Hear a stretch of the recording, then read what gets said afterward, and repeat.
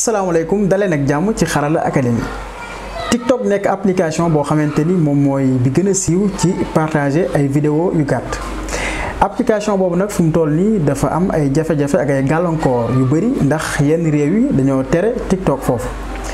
ñeneen ñi ci des dañoo teg ay conditions ni bu ko TikTok respecté wul dinañ ko fa dindi. léegi ñun nag en tant que ñoo xamante ni dañuy jàngat ci wàllum xarala yu yees yi ñu bëgg joxe suñu xalaat tey nag ci lan lañu war a wax. TikTok moom mooy lan ñan ñoo ko créé ak lan mooy problème bi fu mu toll nii maanaam lan moo tax yenn réew yi nii TikTok dañ ko fay jëlee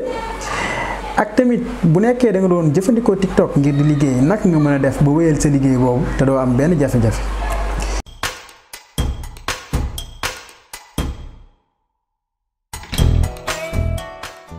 asalaamaaleykum dalaa leen ak jàmm ci Xarala Academy bu nekkee ku bees nga fii ñu ngi lay wax nga abonné ci chaîne bi bu nekkee yàgg nga fii ñu ngi lay wax nga aimé vidéo bi daal di commentaire daal di koy partagé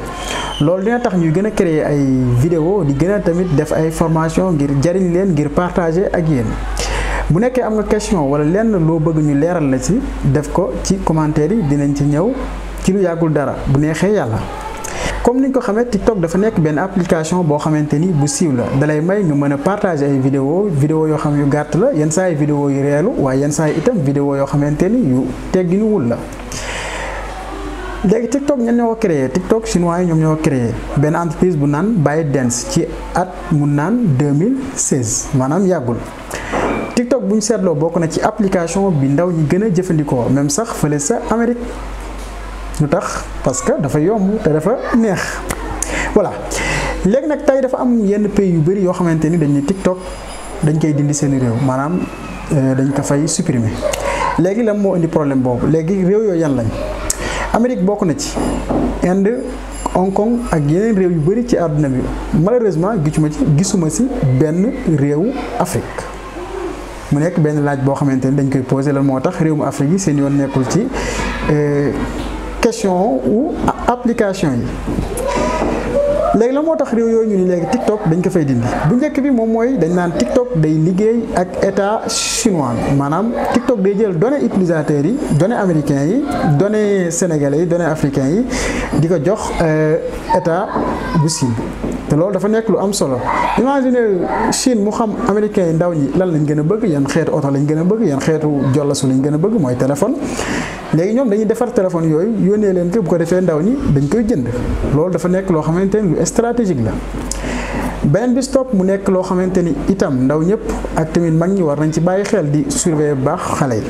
mooy dañ ciy partager dañ ciy tas lépp loo xamante ni teggunuwul maanaam ci ay vidéo ay ñuy sëy góor ak jigéen buy sëy wala ñu ciy wane ay cër yoo xamante ni dafa nëbbu lool ci nit ki maanaam ay cëru góor yu nëbbu wala cëru jigéen bu nëbbu mu nekk loo xamante ni lu am solo la mag ñi ak tamit parents yi war nañ ci bàyyi xel bu baax a baax di surveiller bu baax seenu doom wala ñu filtrer yenn contenu yi voilà. léegi ñun en tant que créateur de contenu en tant que ñoo xamante ni dañuy bind wala dañuy wax wala dañuy fexe ba nit ñi yeewu te doon nañ jëfandikoo jumtuwaay yooyu lan la ñu war a def suñu taxawaay moo war a nekk lan. bu njëkk bi may gën a leeral moom mooy li gën a am solo ci booy liggéey ci internet bi moom mooy contenu voilà maanaam yow texte yi ngay defar wala vidéo yi donc lu ma leen di gën a conseillé mooy di leen def contenu de qualité bu leen concentré wu ci benn plateforme mais di leen concentré wu ci seen contenu voilà loolu mu nekk loo xamante ni lu am solo la ndax boo gisee ni contenu bu baaxee mën nga ko def ca Instagram def ko ca YouTube def ko tamit ca Facebook wala ca Twitter. léegi bu nekkoon nag yow amoon nga benn audience par exemple 1500 followers ca TikTok léegi naka nga mën a def ñooñu ba ñu nekk say followers feneen wala ñu nekk ñoo xamante ni dañuy jënd sa produit loo mënti génnee lu bees dañ koy gis voilà. bu njëkk bi mooy xalaat leen naka ngeen mën a def ba seen audience boobu noonu ngeen mën leen yóbbu feneen ci beneen plateforme. mën nga créer sa blog personnel bu nekkee xamoo nuñ koy defee mën nga ñu contacter ñun mën nañ la guider ci loolu.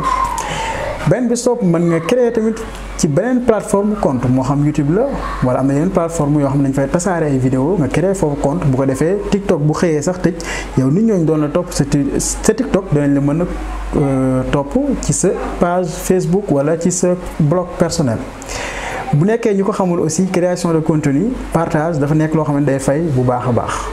mu nekk domaine yoo xamante ni ñu bëri bàyyiwuñ ci xel rawatina suñu réew yi waaye day fay bu baax a baax day joxe xaalis maanaam voilà. di leen sant di leen gërëm ci topp gi ngeen doon topp ma yaakaar ni jariñ ngeen ci vidéo bu baax di leen wax ngeen abonné ci chaîne bi daal koy partagé tey suñu laaj moom mooy lan ndax mos ngaa jëfandikoo TikTok ak tamit lan moo tax ngay jëfandikoo TikTok merci bu beneen yoon ci beneen vidéo.